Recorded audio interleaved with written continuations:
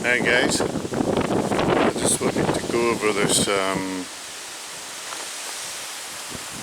thing of nature observation and what's the point in doing it? So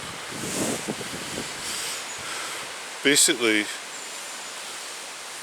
the thing is, the point is transformative in the right way. So the truth in the nature brings a kind of transformative process in you. It allows you to be more yourself. And that's one of the reasons it's so helpful. It's helpful for a lot more reasons, but that's one of the reasons. So one exercise that you can do, very simple, out here on a quite windy day, is to observe the movements in the plants and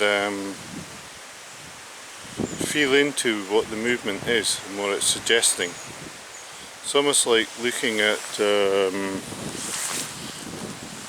nature art, and when you observe it, you go into the feeling of particularly in the movement of the plant.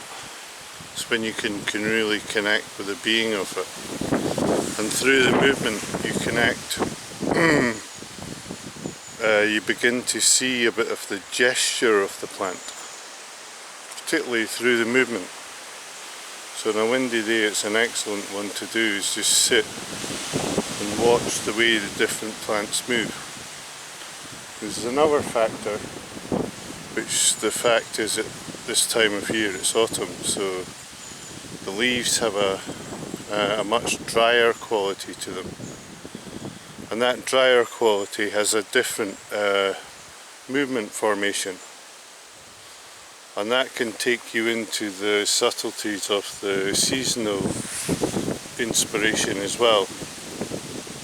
So you've got these two main factors you can work on, and the third one is to do with your nature journaling work. Actually, you get into this stuff and you journal on it, and that's where the transformative quality of it comes from. Is you can connect with your like and dislike for the situation, and through that you can get a feeling of what the actual being of the plant is. But also, to do that clearly, you need to get more clarity on what I call self-knowledge. So that's another brilliant thing to do on a day like today in nature. So I'll leave you with that. Have a good one. Remember to like and subscribe. We'll see you next time. Bye for now.